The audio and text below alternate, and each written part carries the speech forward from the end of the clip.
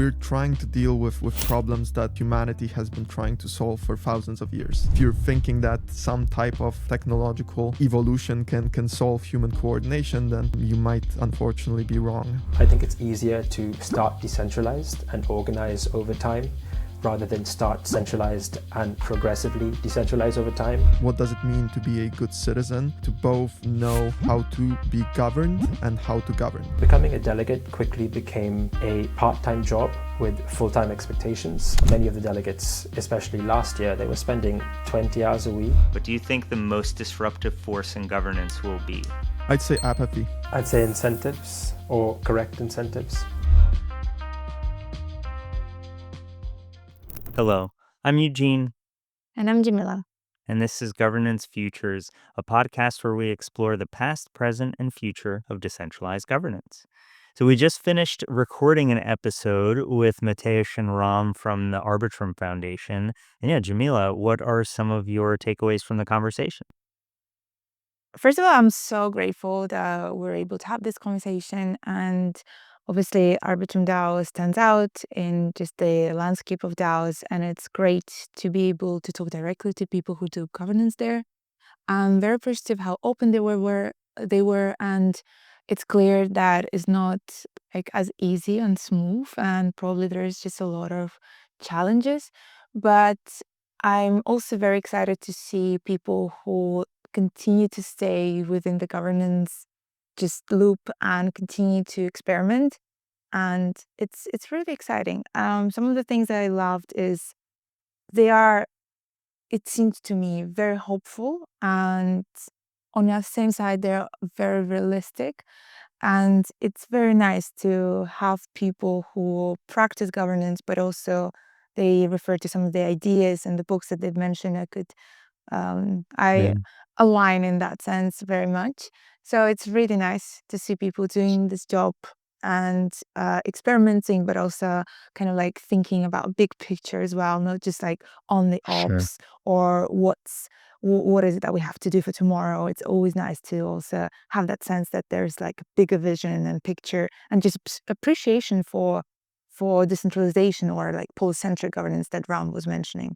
So really excited, very happy it happened. That's my feeling. What about you? How do you feel post our conversation with Raam and Mateusz? Yeah, likewise. I really enjoyed the conversation. I think we touched on a number of things that kind of they're going through and experiencing that just feel emblematic of the maturation of DAOs more broadly. And it's really exciting to both see them kind of be leaders in many ways, as well as just being open to kind of sharing and, helping spread that knowledge beyond just the Arbitrum ecosystem.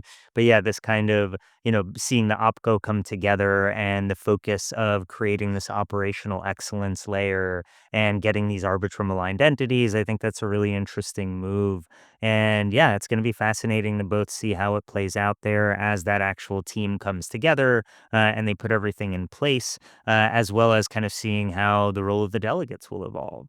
Because I think, both we're seeing this in one way. I feel like every ecosystem is seeing it in their own unique flavor, but we are seeing this kind of and all experiencing this growth and change together. So yeah, I just really appreciate that, through this, we get to talk to our peers in places that have been doing this for longer. And I appreciate how many times they brought up that their role is peacemakers and just Yeah. needing to make sure that everyone is hearing each other and, getting that kind of functional conversation going. So yeah, a lot of kudos to that team and really excited to hear what folks think about the conversation. And now, here's to our chat with Mateusz and Raam. Thank you for joining us today, Mateusz and Raam. Really excited to get into the conversation. And I figure for starters, it would be great to just hear some introductions and kind of backgrounds or origin stories, so to say. So yeah, Mateusz, we'll start with you if you don't mind. Absolutely. Thank you for inviting us, first of all. And thank you to anyone listening to this podcast. I hope there is some value to be found. Yeah, my name is Mateusz. I've been in this space since 2014, working professionally since 2018. In that time, I have been part of multiple different protocols, including Dapper Labs, Flow, MakerDAO, Polygon, and now most recently Arbitrum. So I've joined the Arbitrum Foundation about 4 months ago. I'm still relatively new, but it's been a blast so far. And Ram, before we jump to actually Mateusz, I'd just like to ask the quick follow-up of what was the origin story prior to Web3, or did you kind of start your career right into Web3? I started my career right into Web3 to answer that question. I think what fascinated me the most was the political nature of Bitcoin and then Ethereum once it launched. The simple act of miners coming to consensus on the contents of blocks is something that is, in my view, very meaningful. And I could spend a long time breaking it down. But that's essentially what got me into it in the first place. In addition to the usual, digital gold of the 21st century kind of slogans. Got it. Thank you for sharing. And yeah, jumping over to you, Ram, would you mind kind of telling us what brought you to where you are today? Sure. So I joined the space in 2017 through academia. I was very interested in how the technology could bring more integrity into our socioeconomic systems. And this led me into the niche of decentralized governance within Web3. I was fascinated by how communities could collectively govern and work towards their shared objectives in a transparent and more democratic way. I have been working in DAO governance and operations for a few years now. Prior to that, I was working in blockchain consulting, and I joined the Arbitrum Foundation in January 2024. Since then, I've been facilitating the end-to-end governance lifecycle, uh, also focusing on DAO operations. And I think what brought me to Arbitrum is that I consider it to be the best example of decentralized and autonomous governance being applied at scale.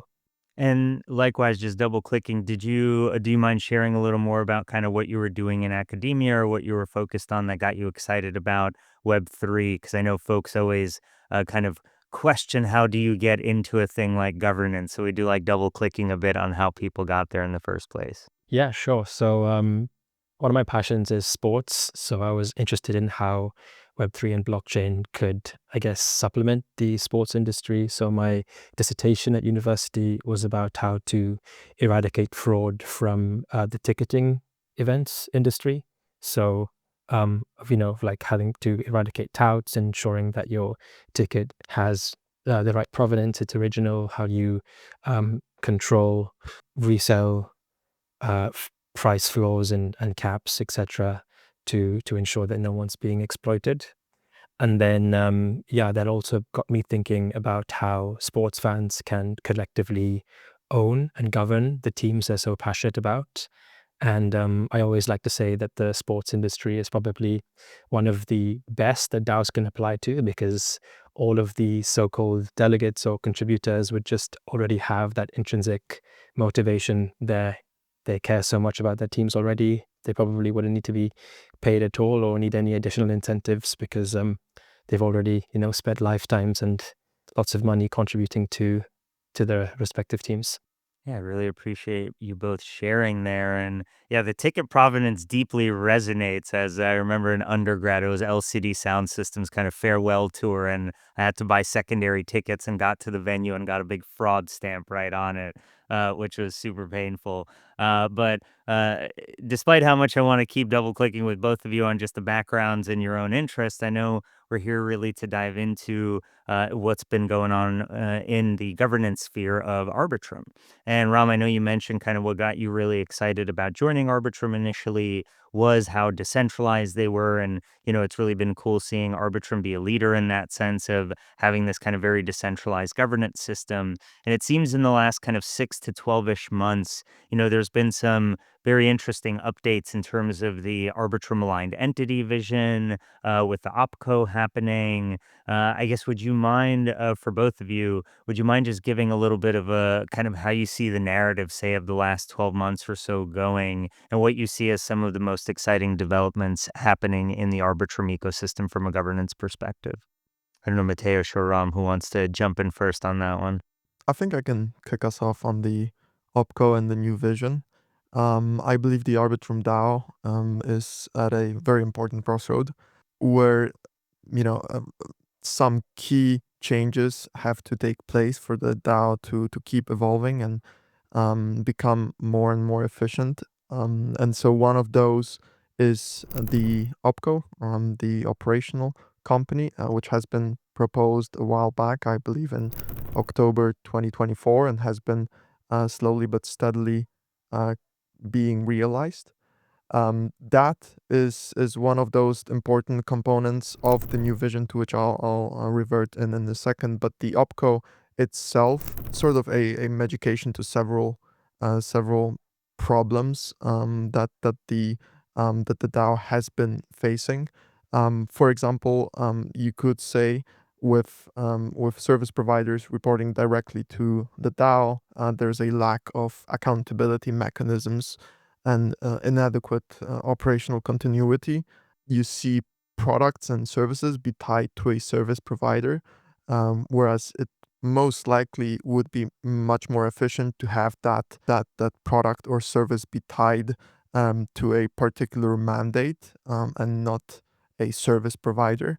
A DAO does, however, provide a marketplace of service providers that can be leveraged towards any type of mandate. Um, in addition to that, I would say that the DAO also lacks in some of the operational capabilities. It's not the best mechanism to ensure that the day-to-day execution of mandates happens.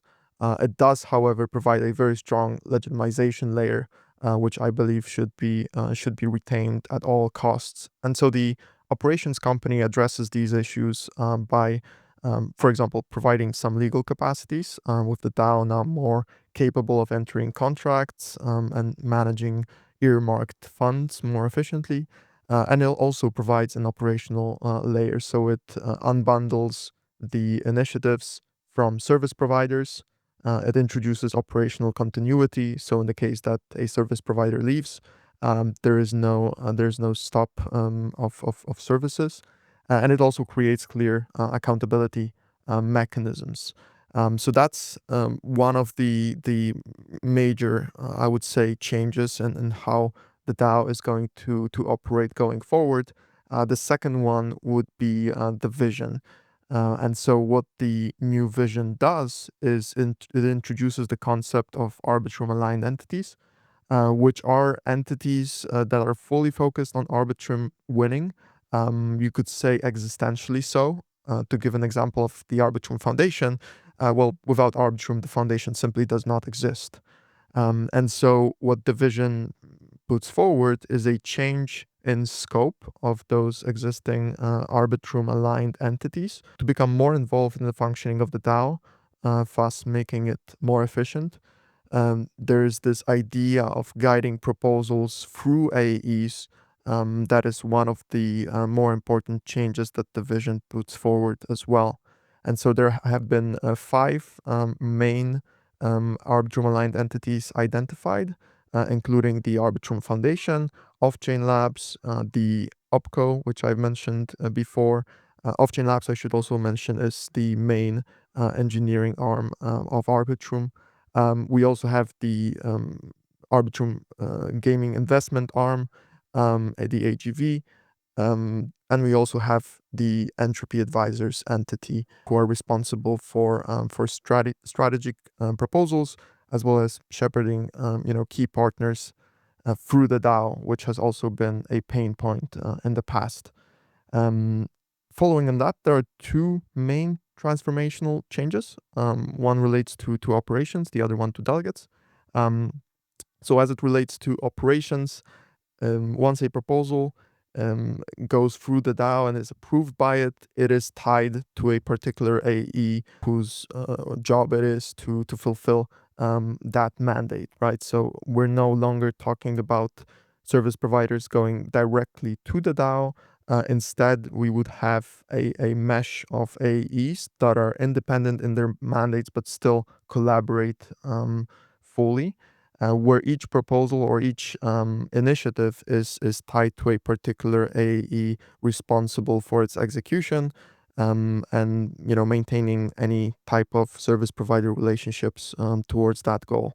And then the second transformational change would be as it relates to delegates, who would go away perhaps from the more day-to-day operational tasks that they have been undertaking before, and more towards the strategic vision setting for the DAO, which I believe is something that the delegates and contributors in the Arbitrum DAO are very uniquely skilled to do, and something that I believe they will excel at and already do, in fact, which I hope we can also get into during this podcast. For sure, yeah. And I guess Ram, obviously, if you have anything to add to that, please do. And especially given, you've been there for going on almost 2 years, would love to hear kind of any surprises or anything in particular that's come up, especially with the experience over that time. Yeah, so I think to supplement what Mateusz said, I think it would help to provide some pretext as to how the DAO started, what its journey was like early days, and what it actually owns and governs. So since day one, the DAO has had full control over both the Arbitrum technology stack as well as the Arbitrum DAO treasury. And because the DAO is the chain owner, it has full upgradability over the protocol through governor contracts. This means that it has always been able to autonomously make changes to things like network parameters, core smart contracts, the governor contracts themselves, which kind of control the governance process, as well as the ability to permissionlessly spend its treasury. And it's worth noting that the DAO treasury receives income from Arbitrum transaction fees, licensing fees for when projects deploy their own orbit chains, as well as from the yield generated from the DAO's various treasury management initiatives. And yeah, this essentially ensures that there has never been any single points of failure, and also that decisions about how the ecosystem evolves are truly in the hands of the community. And I mean, since I've joined, I've seen many examples of organic initiatives that have been spun up from the community, such as the multiple incentive and grant programs that actually attracted builders and users, the initiatives to diversify parts of the DAO's treasury across real-world asset products on Arbitrum, which actually led to certain global financial institutions joining the Arbitrum ecosystem, as well as Mateusz already mentioned, bootstrapping some specialized companies like the AGV fund, like the OPCO, and like Entropy, and also doing things like setting up audit programs and real-life events. And I think it's worth noting that regarding the start of the Arbitrum DAO, compared to many other DAOs, the Arbitrum DAO, I like to say, started with a big bang. So there was full decentralization, full chaos, and as I said, the DAO was in complete control. So this meant that contributors were empowered to experiment, to own, and to run their own initiatives. And this was important because it let the DAO organically develop its identity. And the Arbitrum Foundation would only really get involved if we were asked to do so by the DAO or if it was necessary. Because of course the foundation is the DAO's legal wrapper to help it enter into contracts and agreements, etc. And the foundation would also maintain extreme neutrality and objectivity with its feedback. However, as the DAO matured, it quickly learned from its early experiences. There was more intentionality around spending, prioritization on accountability, structure, and operational efficiency.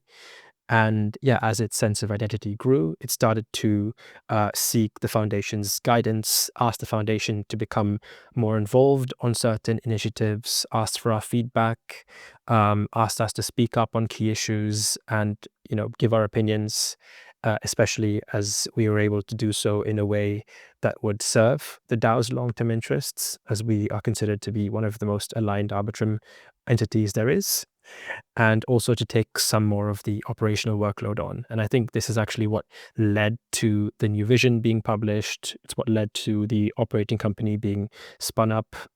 Yeah, so that's some helpful pretext about how we arrived at this new vision of having multiple Arbitrum-aligned entities. Thank you so much. I'm curious, a quick question here. What is the actual size of currently active delegates, you would say, like rough number? It doesn't have to be exact, just to understand. So I was checking this earlier. There are around 250,000 delegates who have actually registered to be delegates. In terms of active delegates voting on proposals, I'd say between 3,000 and 4,000 cast their votes on average per proposal. This is based on recent proposals that have gone through the life cycle. In terms of delegates that actively partake in governance calls, commenting on the forum, I'd say around 100. I don't know, Mateusz, if you'd agree with those estimates. Yeah, I think it's close to the truth. Thank you. Yeah, going back to the vision for the future of Arbitrum that was shared earlier this year, I'm curious because it seems like the feedback from the community, at least what we can see publicly available, is that there is a lot of kind of like alignment with involvement of AAEs and the foundation to strengthen the, due diligence and just operational efficiency overall. But at the same time, it seems like there are some concerns over OPCO potentially becoming a gatekeeper. So what would you say to people who might see this as a step towards more centralization? As you've mentioned, Ram, at the beginning, the Arbitrum DAO started with a big bang, completely decentralized, and remains to be one of the most decentralized DAOs till this day. But what would you say to critics who would say that this is kind of a step backwards towards more centralized governance? Yeah, I think this is a very broad topic, so probably won't be able to answer all of the questions or concerns here. But what I would like to do is give the example of a real life sovereign state, where you do have the sovereign or citizens who essentially, in a democratic setting, elect their representatives who then perform their duties, but are accountable at the end of the cycle to that sovereign or the citizens. What DAOs do, and the Arbitrum DAO in particular, I believe, does very well, is that it essentially superpowers this concept. Meaning, at any time of the day or night, there can be a proposal to essentially change the entire system. Right? It can change the framework. So, for example, removing the elected representatives, or completely reshaping the governance framework itself, or in the case of technical proposals, changing how the protocol functions. That is what's in the hands of Arbitrum token holders. They can do that at any time, and that is where the fundamental legitimacy of the system comes from. And this legitimacy is not, in any way in danger as more and more efficiency is added to the system. Meaning we can have, specialized entities and bodies that are, legitimized by the DAO to perform certain mandates and make operational and strategic at times decisions. But that does not inhibit the ability of token holders to enact any type of change at any time, which I believe is a critical component. And this is something where I would say decentralization does not suffer. That is something that also not all DAOs can claim. I believe that Arbitrum DAO is in fact one of the most decentralized DAOs out there, and that is the superpower that comes with it. So that's hopefully at least partly an answer to that question. No, that's wonderful. I'm curious, a quick follow-up. So you would say that legitimacy of the decision being taken, or the processes, the main source of that legitimacy lies in decentralization. Did I understand you correctly? Or is it just that's tightly connected to it? No, that's I mean, that's depending on how you look at it, correct, right? You have a set of decision makers. In our case, that's the token holders who then delegate their voting power to a subset of delegates that at any time can enact change. And I believe that's something that essentially legitimizes the decision making of that entire system. We can consider it political or not, depending on the definition. But it certainly does bring legitimacy, and it is retained in the new vision. Yeah. I would also like to add that all of these organizations, or at least the ones that were spun up after the DAO was created, were all incepted by the DAO. So the AGV was ratified through a proposal to allocate set amount of funds for this gaming venture. The OPCO similarly was spun up by the DAO. The current Oversight and Transparency Committee has been elected by the DAO, or at least the first 3 members were elected. The second 2 members, as per the proposal, were then chosen by the existing members. The Entropy Org team, they were granted 1 year of funds from the DAO a year ago. They've recently granted additional funds to continue running for another 2 years. So yeah, as Matt was saying, all of these organizations were legitimized by the DAO already. Even with the foundation, the DAO actually controls the foundation's vesting contracts. And according to the bylaws, the DAO can choose to replace the foundation's directors and things like this. So the DAO truly does have control over all of these entities that may have a more operational influence in the future of the DAO, yet governance still sits within the hands of the DAO. And something I like to say with regards to this transition is that, I mentioned that the DAO started off with a big bang. But I think it's easier to start decentralized and organize over time rather than start centralized and progressively decentralize over time, because by starting decentralized and letting the DAO learn and do what it wants, it actually ensures that its founding pillars are decentralized, and it ensures that the DAO can grow its own strong identity. And as we're seeing, it can push back if it doesn't agree with something, and it's not afraid to do so. That's an interesting take, because most DAOs start rather centralized and then they try to decentralize, exit to community. So you've definitely taken a different approach here. I'm curious, just because all of us here on the call part of governance teams in different protocols, how do you see your role as governance facilitators, as governance enablers?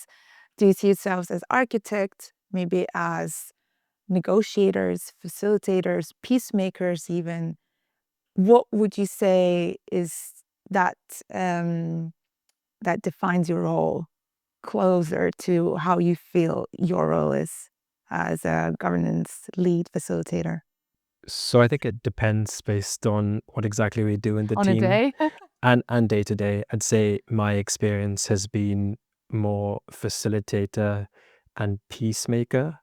Mhm. Going forwards in the new vision, it might become more negotiator, but definitely facilitator, making sure that delegates are aware of proposals, giving feedback on proposals, hosting governance calls, writing up content and articles about various proposals, and most importantly, I think ensuring that what has been agreed upon in a proposal is actually executed as expected.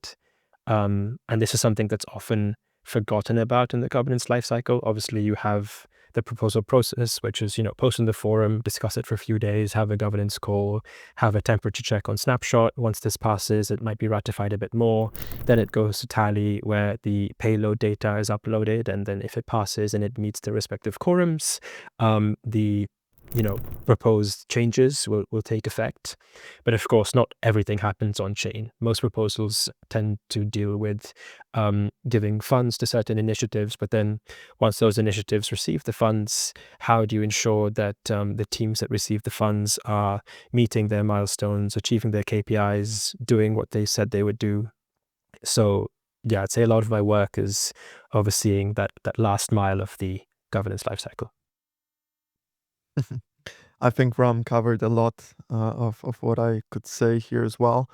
I think there is an aspect of firefighting that we perform, for certain. There are also other aspects that the AF, with its governance mandate, has been stepping more and more into.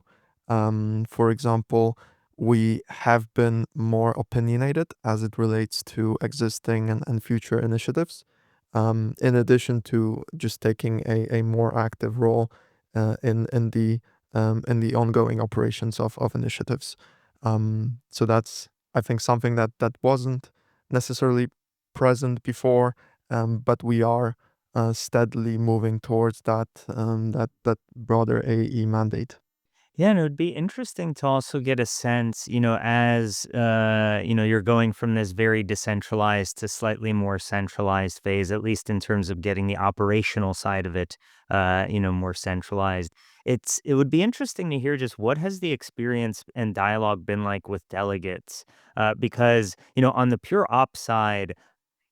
Yeah, I mean, just from our own experience, like we get it. When we were launching the DAO, end of last year, delegates were very explicit to us of like, please own more ops. Like, don't make us do it. It's going to be a mess. So I like that seems very aligned with just like the general vibe, I guess, from delegates these days. But also going through some of the documentation that's currently on the forum around the OPCO and whatnot, it does seem that there might be some, say, growth components to the OPCO which might already get towards strategy. So I guess how do you see both the interaction so far with delegates and getting all these ideas off the ground, but also kind of where you see, say, the boundaries of the AF governance team versus the OPCO team versus the delegates in terms of, coming up with, say, the next growth initiative for 2026 or something like that? So I think we can split this question into two parts, one being the past and then the next part being the present and the future. It's worth caveating that, as all DAOs are, they're forever in transition, they're forever evolving beings. But yeah, in terms of the justification for this transition, there was pretty strong consensus on the pain points that the DAO had, I guess, in its previous phase, where proposals focused extensively on operational details instead of strategy, which oftentimes led to gridlock. It was very hard for proposal authors or vendors trying to sell their services to the DAO to convince the entire communities of every single small detail, especially when, there are so many cooks in the kitchen, everyone has their own interests, has their own opinions. And then it was even more challenging if people wanted to then revise proposals or go back on things that were previously agreed upon, which led to many proposals even being abandoned through their life cycle. In terms of delegates, it made it harder for them to keep up with this level of granularity, as they were expected to evaluate a very high frequency of complex proposals, and have their say on things which they might not always have the expertise or full context on, things like job applications, milestones, tracking KPIs, technical upgrades. So becoming a delegate quickly became a part-time job with full-time expectations. And this actually deterred many large Arbitrum stakeholders who might not have the time to actually partake in governance, because many of the delegates, especially last year, they were spending probably 20 hours a week, I'd say, on keeping up with all things governance in Arbitrum. And in terms of vendors wanting to negotiate with the DAO, it was hard for them as well, because without a single counterparty, you have to convince every delegate, like I said, that you deserve to be the one selected for X initiative. And this bureaucracy often gave the vendors the upper hand in terms of how they would price their services, because when you're negotiating and you don't actually have a counterparty you're negotiating with, you can often charge more for your services and also charge more for the effort you put into actually writing up the proposal to the point at which it can actually be voted on. So a lot of these inefficiencies were why delegates and vendors and other stakeholders were happy about the proposed changes. In terms of what it looks like from now, I'd say we're still very much in a transitionary phase. The OPCO is still being, the OPCO has been incepted, but the OPCO team members are still being hired. And once the OPCO is fully operationalized, we will have a better picture on what exactly the adoption of the vision will look like at a more granular level. So I'd say the picture isn't fully there yet, but we are progressing in the right direction, slowly but steadily.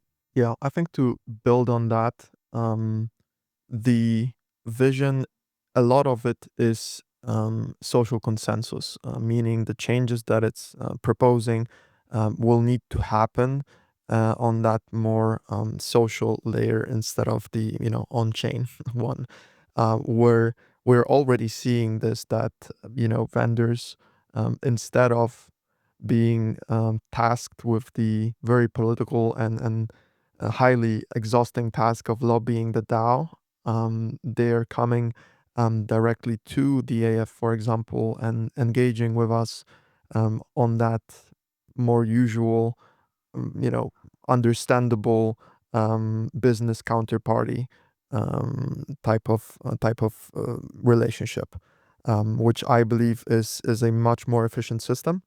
And it's something that will allow DAO to focus more on the strategic questions.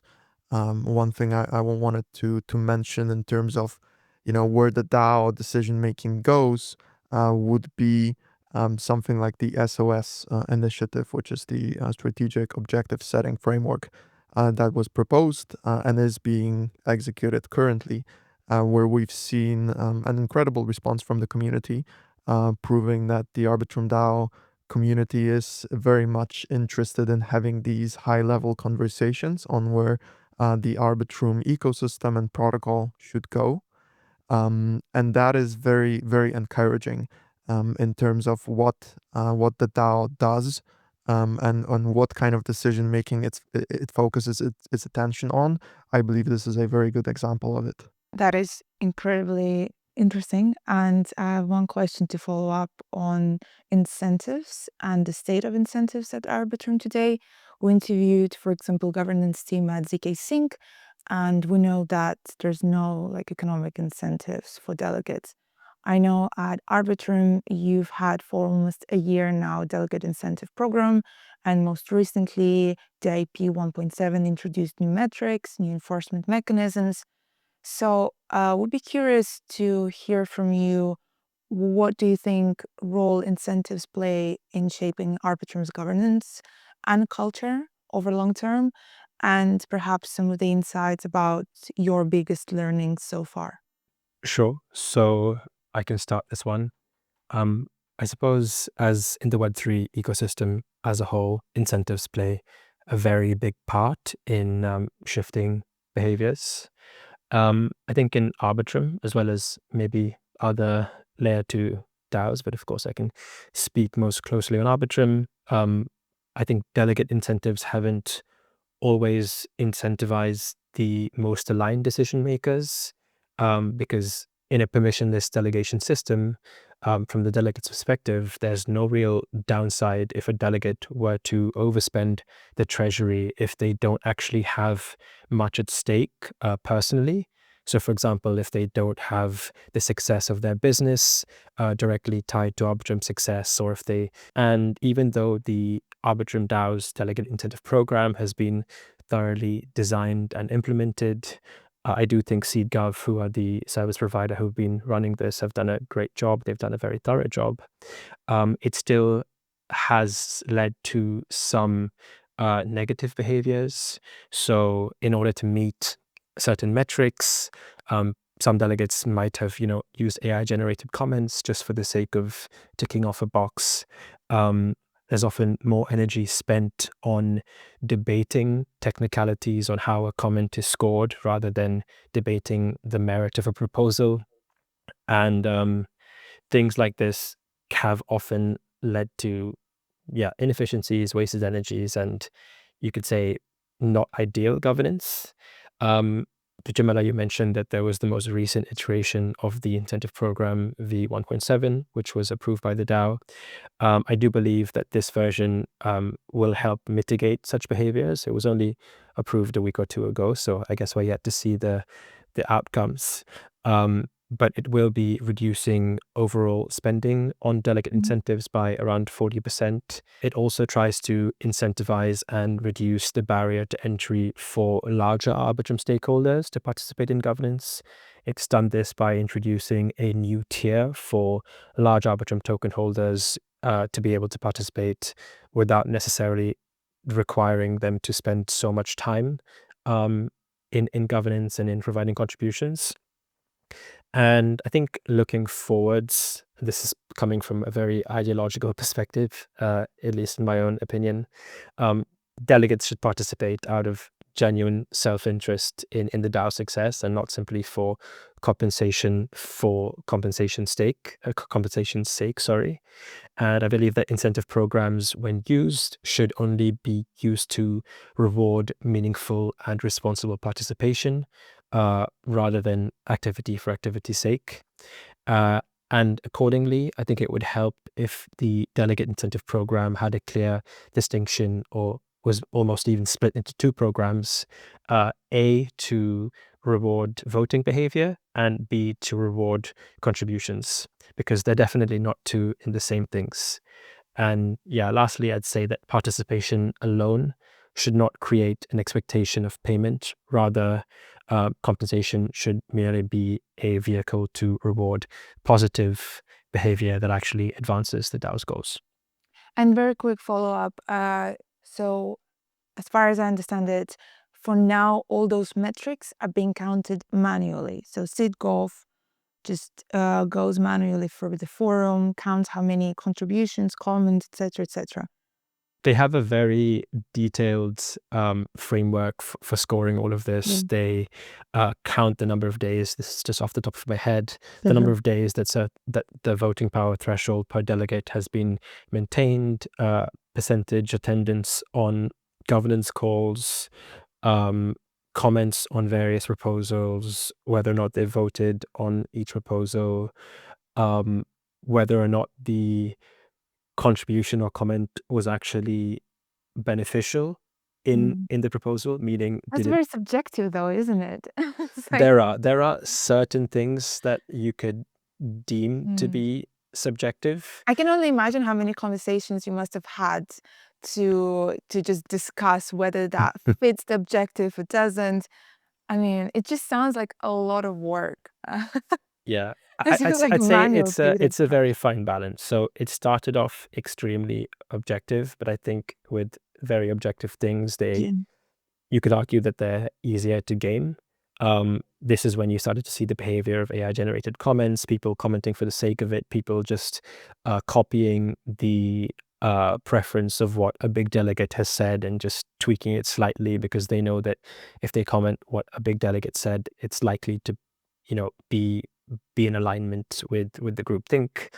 But then when you start to actually consider what adds value to a governance system, sometimes it can't be quantified objectively. And if you consider the health of a governance ecosystem, right, there are many numbers you can think about: number of delegates, number of tokens delegated, who votes on what, different percentages, etc.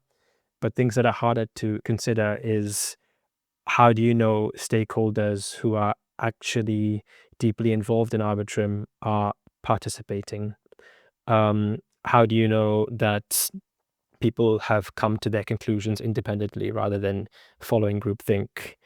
And how can you ensure that the culture is more open and welcoming to newcomers? So yeah, I think with incentive programs, there is a fine line to be maintained between subjectivity and objectivity.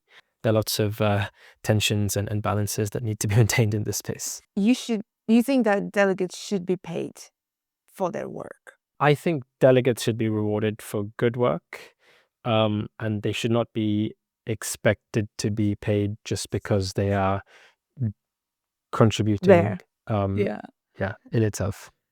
To go a step back, perhaps, I believe very strongly that the incentives should be aligned, right? Which is very broad. But at the end of the day, that is what matters the most, right? Do delegates want to make good decisions? Because there are some incentives, and those incentives can take all types of forms, right? I believe that for a DAP to participate as a delegate, the incentive is going to be drastically different than for a part-time contributor who just wants to get into the Arbitrum DAO and provide some valuable work. And so it's critical to sort of distinguish between the different groups of participants, ensure that all of their needs are met, in that the incentives are there, whichever form they take. And I believe that's what ultimately makes the system work well. Yeah, and hopefully we do see this more natural incentive alignment if the vision successfully makes it easier for more aligned Arbitrum stakeholders to actually participate in governance. Then you could argue that they don't even need to be given a financial incentive to participate, because they are participating because they want to steer the Arbitrum ship in the right direction, and not for the sake of getting a part-time salary every month. For sure, yeah. And one quick small clarification, because I think it was mentioned, it might sound as though SeedGov is doing everything manually, but if I'm not mistaken, the way it's been done, you have tooling, I think Karma's tool, to do the actual objective measures. So anything that can be kind of quickly codified.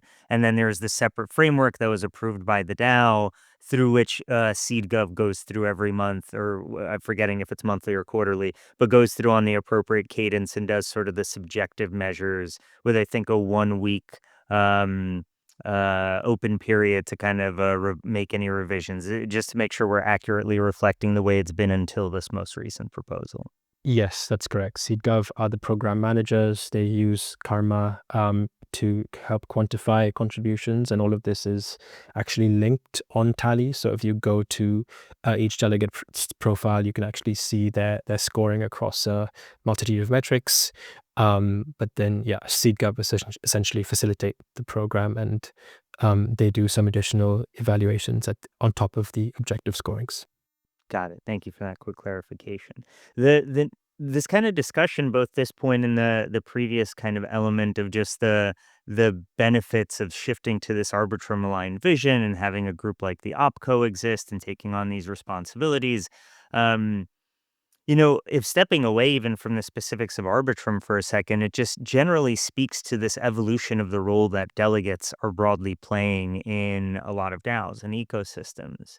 And so, under this broad banner of what do you think about the future of delegation, how do you see that evolving? Do you really see it being that the future of delegates is to be these kind of more public, strategic setting roles? And it's more about how do we define the right processes to engage delegates meaningfully in that process? Or do you see them playing kind of other fundamental roles? And I guess also, what does that mean for, say, professional delegates versus individual delegates going forward? I believe that in general, the actual responsibilities of delegates will be highly dependent on the setting, whether or not it's technical or non-technical governance we're discussing. But overall, I would say the philosopher Aristotle had a very interesting take on this when discussing politics and the virtues of a citizen. What does it mean to be a good citizen? He said that it's to both know how to be governed and how to govern, which is something that political systems as we know them, they do potentially teach you how to be governed, but how to govern is a foreign concept to the majority of citizens. Whereas in a DAO setting, it's completely different. You do have the ability to govern and be governed at the same time. So you're creating laws both on chain and off chain, right, as it relates to the protocol and the treasury, to where you, as a DAO citizen, let's call them that, you can have a true impact, and you can educate yourself, and you can become a virtuous citizen of a DAO. And I believe that delegates will need to play the role of decision makers on the strategic level for sure. In the Arbitrum DAO, that is one of the more critical roles that I foresee. And that is where the wisdom of the crowd, to use that term, is very much needed. I would also add that obviously at the fundamental level, a delegate's responsibility is to vote and to participate in governance, but there's the flip side to that as well, right? In the new vision, it mentions that if the AEs want or deem fit, they can engage with external service providers, especially if they may not have the experience or capacity to achieve a certain operational objective internally. And it could very well be the case that certain service providers who fill these needs are also delegates. So just like in the DAO's previous phase, where many DAO contributors were applying for various committees and councils and to be a part of things like the multi-sig service, that opportunity is still there, especially if this respective delegate/contributor has a skill set that an Arbitrum-aligned entity believes can actually supplement a proposal and contribute. Thank you so much. Mateusz, I can't help but I see just so many books behind you. Is there any particular book that you would say you read and now it guides your principles when it comes to your work in governance? Or maybe a book that you would recommend anyone interested, passionate about governance, experimenting to read? If you pull it from the shelf, that would be just like even more amazing. But So I have a secret that I need to disclose, which is that these are actually my father-in-law's books. Mine okay. are unfortunately still packed tightly as we've been moving around for quite a while. So it's yeah. But what I would say is one of the books that probably have shifted my understanding of political science and also philosophy, is the idea of a social contract that has been prevalent, in political philosophy. So that's Thomas Hobbes' Leviathan, that's Jean-Jacques Rousseau's Social Contract. Both of those books take a look at the idea of what makes a state happen, and what it even is a state to begin with. And I believe that any philosophy inclined DAO operator should probably take a look at those if I had a recommendation to make. Nice. I like those recommendations. I've been reading some of the reflections, and then it's not an easy it's not easy books to read. But I feel like there's just foundational philosophical guardrails when we talk about governance and human cooperation and some of the most recently published works on governance. I think I would agree with you. Just to follow up on that, I think what this also points out very well is that we're talking through, and I mention this all the time, so please forgive me if you've heard me say this before, but we're trying to deal with problems that humanity has been trying to solve for thousands of Yes. years. I agree with that. Problems of social coordination and building states is not new. What we're doing here. That's No, that's why I like to think of DAOs more so as states than just technological problems to be solved. Because at the end of the day, we have made massive strides in something like ZK tech, right, in the last years. Whereas with DAOs, we're, pretty much at the same point we started off in, which just goes to show that these are not easily solvable issues, easily solvable problems to begin with. And if you're thinking that some type of technological um, evolution can solve human coordination, then you might unfortunately be wrong. I agree with that. We had an episode with Von from Bata, and we referred to Hayek's book, The Road to Serfdom. And even if you take away like this libertarian aspect from that book, or so many references that reference this book as the source, you can see in so many essays that the discussion of the problems in society, we seem to have very similar problems as opposed to what we had like 50, 100 years ago, 200 years ago. I remember reading Adam Smith and being like, oh my God, what we are considering our problems are not new at all.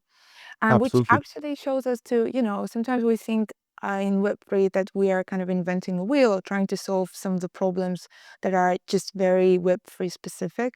But actually, when it comes to human coordination, like we're prone to disputes. I was doing my PhD in dispute resolution. We're, as humans, prone to disputes. Humans need humans, and there should be some coordination and governance and everything in between. And that's what I love being in governance. Ram, do you have any book recommendations to anyone who might be listening to us, or just even like observing governance and Arbitrum and being like, oh my God, I wish I knew what people who do governance at Arbitrum read. So I'm going to go one level more abstract than Mateusz did. I'm a big fan of biomimicry, taking inspiration from nature's designs and patterns. And there's a book about mycelium networks called Entangled Lives.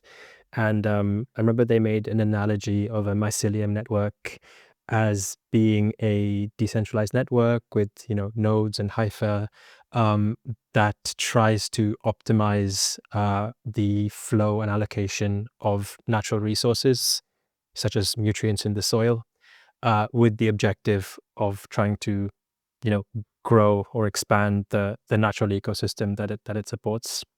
And I think a lot of what DAOs try to strive towards is quite similar.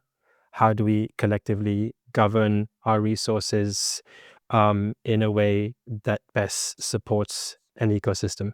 Great. I love that. I love a reference to nature, to common food resources. My personal hero is Eleanor Ostrom, and I keep referring to her work on managing the commons over and over again. Yeah, I love that. I love the book recommendations. I have one more question on the future of governance and how you see it. With our guests throughout this first season of our podcast, we often try to maybe just predict or hear their insights, worries, maybe even what the future of governance looks like to them. And very often, I would say personally, Eugene, maybe you would disagree with me here, I see people falling into two groups. A first group saying that, well, it would have to rely on AI agent system in one way or another, or perhaps it would be more veto-based governance where there would be just a group of people that would allow to veto some proposals, but it would be more like optimistic governance, if anything. So shifting away from this kind of I wouldn't like delegated, involved, constantly incentivized type of governance. So I'm curious to hear your thoughts, whether you see Arbitrum going either way. So maybe Arbitrum has its own unique way, as we've learned throughout this conversation. And if you have any reflections on our state of governance overall beyond Arbitrum. That's a very good question. I think as it relates to the 2 points you've raised, I see both of them, so optimistic governance and AI, as tooling, means towards an end.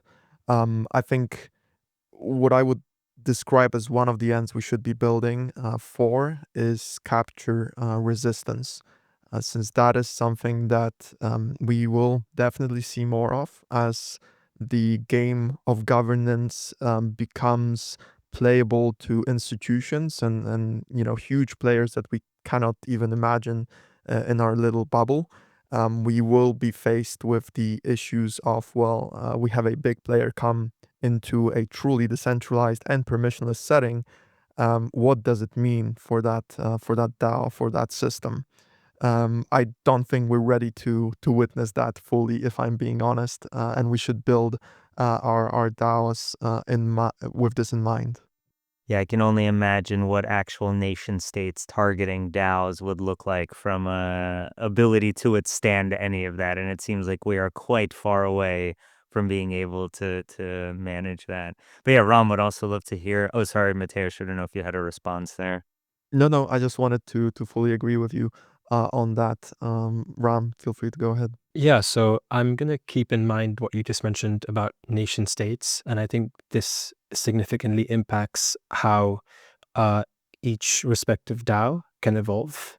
I think networks like Arbitrum, which, involve many stakeholders, protect a very significant amount of funds on the bridge, have many projects depend on the reliability and reliance of Arbitrum, need to be more robust and conservative in its path forward.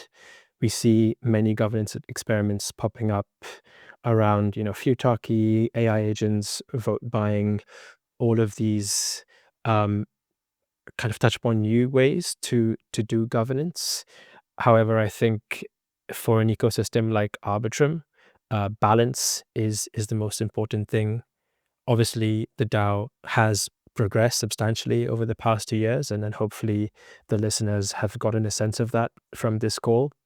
But considering the scale of the Arbitrum DAO and ecosystem, all of this progress is done with caution.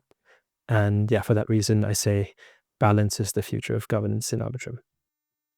And I realized I forgot to ask a silly question earlier when you were referring to the start with the bang. Does anyone refer to the first proposal as the bing bang in Arbitrum? That just seems like such a convenient setup. I don't think they do, but they definitely could, because it was quite a loud one. It feels appropriate. If it happens in the future, we'll know it's because of this conversation. One last actual question before shifting over to our final portion on the quiz.